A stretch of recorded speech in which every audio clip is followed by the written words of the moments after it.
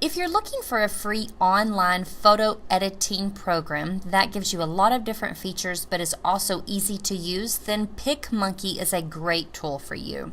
When you go to their website, you're going to see a lot of information about their upgraded Royal plan. If you edit photos a lot, upgrading might be a really good option for you. But today we're just going to talk about editing your photos for free and what you get for free. So at the top right of your site, you're going to see the link that says Edit for Free. You'll click on that and it's going to bring you straight into the editing window. Over here on the left, you're going to see all of your editing tools. Your first one gives you your basic edits. Anytime you want to click on these to do it, you'll just click and it will give you the options to change from. Your second is your effects, and this is going to give you different filters to add to your photos, different light effects. It'll give you an artsy area to where you can draw and doodle on it if you would like. Lots of different options in there. Your next one is your touch-ups panel. And your touch-ups panel is going to give you a lot of things for your photos, so correcting blemishes and things of that nature. Anytime you see a little crown on any of the editing tools, that indicates that it's a Royal feature and you'll have to upgrade in order to use it. But you will see a lot in here that you can use for free.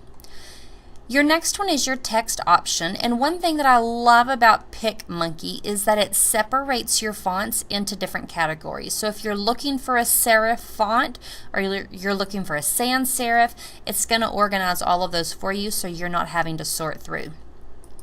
Your next option is your overlays, and your overlays are really awesome because it gives you a lot of predetermined shapes and overlays of that nature already added in here, but you can always add your own. So if you have something separate that you've saved, you can upload it and add it there as well. This also organizes it into different categories. So under Scrapbooky, they have a really cool labels section here.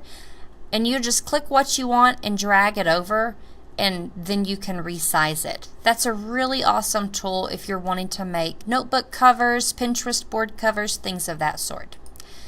Then you have your frames option. You have a lot of different options in your frames, and each time you choose a frame, you always can change the options under that as well. You have a textures panel, and you also have a themes panel, which is really cool here as well. Anytime you add something over, to resize it, it's going to give you your little handles. It's going to keep it uniform for you. So one little trick that not a lot of people know is if you want to change the shape of it, hold down the Shift key on your keyboard and it will let you stretch it to whatever size you want. Now of course you're going to have to really watch it because depending on the shape and what size you're wanting to drag it to, some of them is going to look really good and others won't.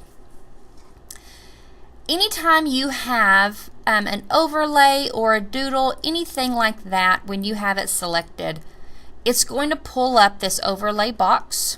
You're going to have your basic option over here. You can change the colors, you can change the fade of it, but you also have an eraser tool up here. This is one dialog box that a lot of people don't click on and they don't realize that there's an eraser with that tool. So if you like this overlay but there's just one part of it maybe that you want to get rid of, then you can add it in there and try to use your eraser to make it just exactly how you would want it to look. When you are all done, then you can come up here and you can click on Save. You also have options to share it as well.